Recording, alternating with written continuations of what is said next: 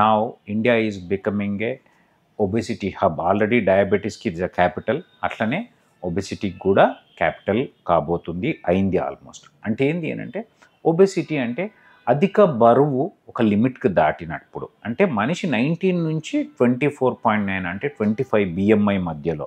First BMI అంటే ఏంటి? ఒక మనిషి ఇంత హైట్ ఉన్నప్పుడు ఇంత బరువు ఉండాలని ఒక కొలమానం. తను ఒక మనిషి 175 సెంటీమీటర్లు ఉంటే ఆ మనిషి -100 అంటే మ్యాక్సిమం 75 కిలోలు ఉండొచ్చు. సింపుల్గా అర్థం చేసుకోవడానికి. ఎవరైనా కానీ ఒక 165 ఉన్నవాళ్ళు 65 మ్యాక్సిమం ఉండొచ్చు, అంటే 60 ఉంటే బెటర్. నేను 175 ఉన్నవాళ్ళు -100 అంటే 75 ఉండొచ్చు.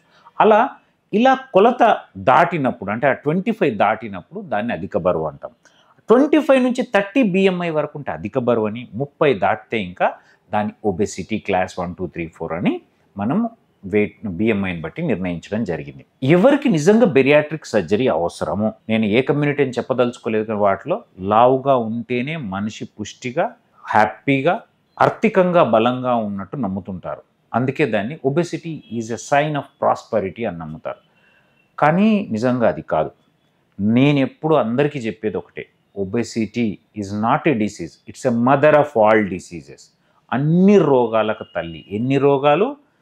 Migraine, thyroid, cardiac, heart attack, diabetes, hypertension, hypercholesterolaemia, sleep apnoea, obstructive sleep apnoea, liver non alcoholic steatohepatitis, liver cirrhosis, constipation, infertility, joint pains.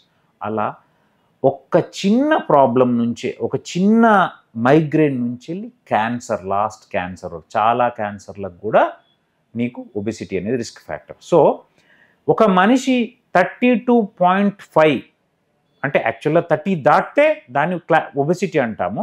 కానీ రీసెర్చ్ ప్రకారము 32.5 kg per meter square BMI కంటే ఎక్కువ ఉంటే ఇవన్నీ 100% due కోర్స్లో వచ్చే, అంటే జీవితకాలంలో వచ్చే అవకాశాలు 90%. ఇవన్నీ రాకుండా తప్పించుకోలేడు ఏ మనిషి కూడా. కాబట్టి 32.5 కేజీ పర్ మీటర్ స్క్వేర్ కంటే ఎక్కువ ఉండి ఏ రెండైనా, నేను చెప్పిన మొత్తంలో ఏ రెండైనా ఉంటే ఖచ్చితంగా సర్జరీ అవసరం. అసలు ఇవి ఏవీ లేకుండా ఒక మనిషి 37.5 కేజీ పర్ మీటర్ స్క్వేర్ కంటే ఎక్కువ ఉంటే 100% సర్జరీ అవసరం.